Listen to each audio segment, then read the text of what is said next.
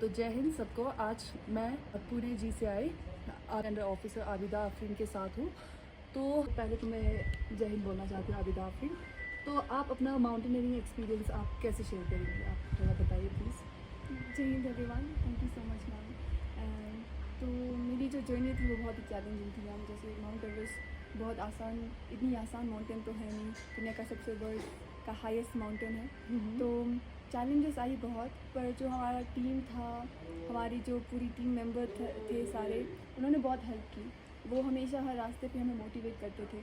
हमें हर जो जर्नी थी, जो हमारी एक साल से हम साथ हैं, तो एक बॉन्ड बन गया था हमारा कि एक दूसरे की मदद करना। हम खुद थके हुए हैं बट स्टिल उनकी मदद कर रहे हैं, पानी पिला रहे हैं, सिर दबा रहे हैं, क्योंकि एक्यूट माउंटेन सिकनेस हो रहा है हमें ऊपर जाके हर जगह। हमारी जर्नी चैलेंजिंग थी बट मेमोरेबल भी थी कि दोस्त बने, ऑल ओवर इंडिया से दोस्त बने, बहुत कुछ सीखने का मौका मिला, बहुत कुछ एक्सपीरियंस करने का मौका मिला। वो बहुत ही अच्छा जर्नी था। ओके, तो वन लद्दाख जैसे कि एनसीसी बटालियन है, तो वो कैसे हेल्प किया आपको? जो वन लद्दाख बटालियन एनसीसी लिए, वो मेरे दिल के बहुत करीब है मैम। जो कि जब मैं JW में मैं अपना भर्ती करने ज्वाइन करने आई थी, तो वन लद्दाख बटालियन ने ही मदद की कि गाइड किया कि कैसे ज्वाइन करना है, कैसे क्या क्या चीज़ें इसमें करनी होती है, एनसीसी में क्या होता है। तो वन लद्दाख बटालियन ने मुझे इतनी मदद की, और मैं जिस मुकाम पे अभी पहुंची हूँ वो सिर्फ वन लद्दाख बटालियन एनसीसी और एनसीसी के ही बदौलत है कि मैं पहुंची हूँ। ओके, तो आपने शायद जूनियर सीनियर विंग में आरडीसी लगाए हैं, तो आप वो एक्सपीरियंस भी बताएंगे ताकि यूथ मोटिवेट हो जाए और वो लोग सारी ज्वाइन करें एनसीसी। यस मैम, जैसे मैंने बोला वन लद्दाख बटालियन एनसीसी ने बहुत मदद की। तो उस वक्त जब मैं आरडीसी के लिए प्रिपेयर कर रही थी, आरडीसी मेरे लिए एक सपने की तरह था मैम। आरडीसी मैं बस सुनती थी कि आरडीसी बहुत ही अच्छा एक ड्रीम होता है कैडेट्स का कि वो उनमें पार्टिसिपेट करें। तो जब यहाँ के सीईओ सर ने मुझे और मेरे एनओ को कॉल किया कि जब मैंने एक कैंप में मैंने एक एंकरिंग की थी, एमसी की थी, तो वो देख के उन्होंने बोला कि उन्होंने मेरे एनओ को कॉल किया और बोला कि अगर तुम्हें आरडीसी जाना है तो आ जाओ, यहाँ पे सिलेक्शंस हो रहे हैं। तो मैं बहुत खुश हो गई और जो काम कर रही थी वो सब छोड़ के मैं आ गई यहाँ पे बटालियन में। मैंने यहाँ पे ट्रायल्स दिए, यहाँ पे बहुत से बच्चे आए थे, तो सर ने मुझे ऑप्शंस दिया कि कल्चर में जाना है, ड्रिल में जाना है, बेस्ट कैडेट। सर ने मेरे में पोटेंशियल देखा, उन्होंने कहा कि तुम्हें बेस्ट कैडेट के लिए प्रिपेयर करते। तो हम जूनियर सीनियर सब जो बेस्ट कैडेट के थे उन्होंने पूरा ग्रूम किया, उन्होंने हमें सिखाया कि कैसे बात करना है, कैसे अपने आप को इंट्रोड्यूस करना है, कैसे एक जेंटलमैन कैडेट की तरह हमें सिखाया। तो 15 दिन हमारे यहाँ पूरा प्रैक्टिस हुई, ये क्लासेस हुए। तो उसके बाद हम अपने ग्रुप लेवल पे गए, डायरेक्टर लेवल पे, वहाँ पर भी बहुत ज़्यादा सिलेक्शन प्रोसेस हुआ हमारा। इतना तगड़ा सिलेक्शन था ना मैम आरडीसी के लिए, तभी पता चला कि कितना मुश्किल है कंपटीशन, कितने ज़्यादा कंपटीशन होता है। तो उसके बाद जब मैं आरडीसी गई, एक नया एक्सपीरियंस था, क्योंकि 17 डायरेक्टरेट से कम 100 बच्चे आए थे और उनसे इंटरेक्ट करना। हम डरे हुए थे पहले कि कैसे बात करें, किस तरह से बात करें।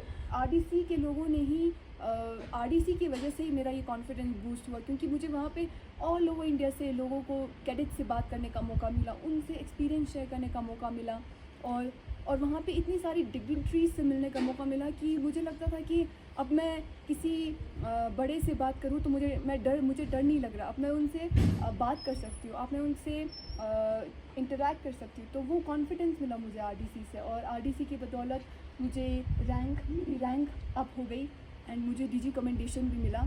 तो उसकी वजह से, आरडीसी की वजह से, मैं जिस इवेंट में थी पीएम रैली और वाईपी, तो मुझे यूथ एक्सचेंज प्रोग्राम के बदौलत मुझे इंडिया को रिप्रेजेंट करने का मौका मिला रशिया में सर। ओके, हाँ, मैं इसी क्वेश्चन पे आ रही थी। आपने लाइक यूथ एक्सचेंज प्रोग्राम भी किया हुआ है, तो वो उसका एक्सपीरियंस बताएंगे? बिकॉज बच्चे जो होते हैं तो लाइक वो थोड़ा वीक हो जाते हैं कि लाइक ट्रेनिंग मुश्किल है, तो they easily give up, so you will gonna motivate them.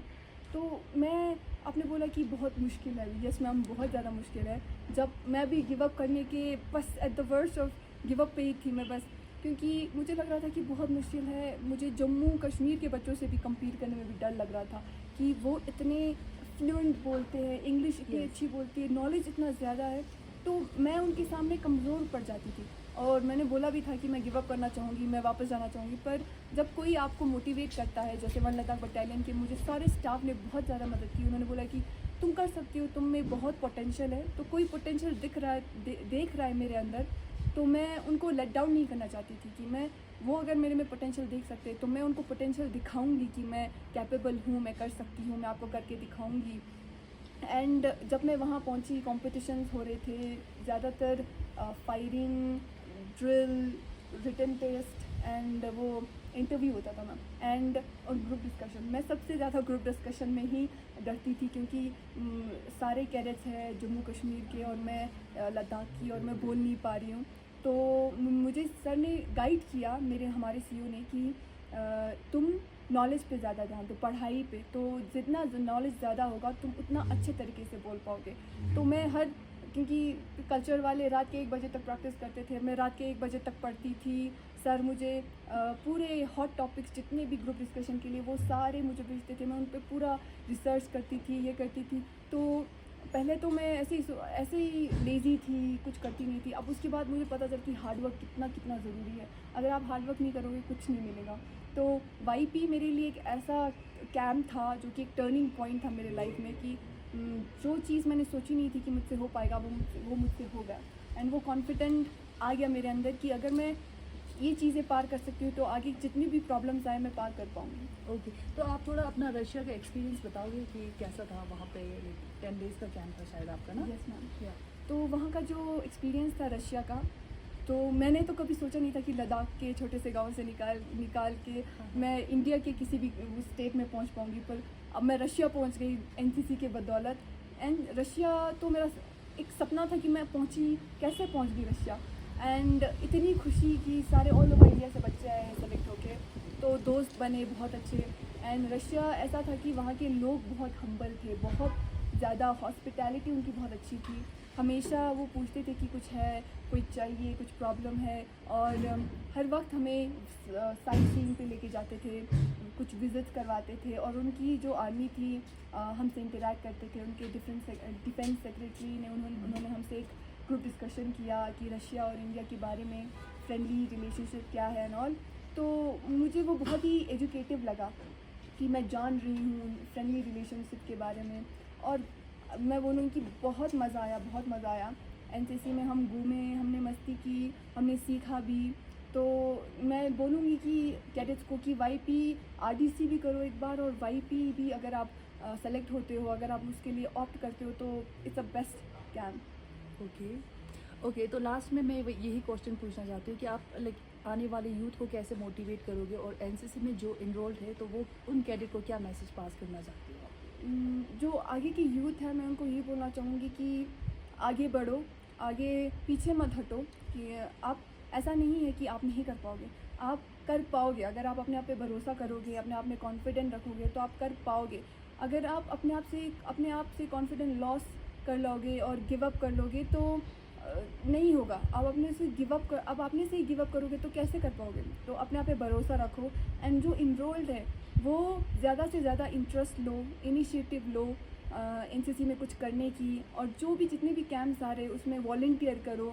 जितने भी कैंप्स आ रहे हैं, जितने भी वैकेंसीज़ आ रहे हैं, उनमें जाओ, कैंप्स में जाके देखो कि क्या होता है। कभी ऐसा नहीं होता कि एक कैंप आपका बुरा गया तो ऐसा नहीं है कि आप एनसीसी पूरा छोड़ दोगे।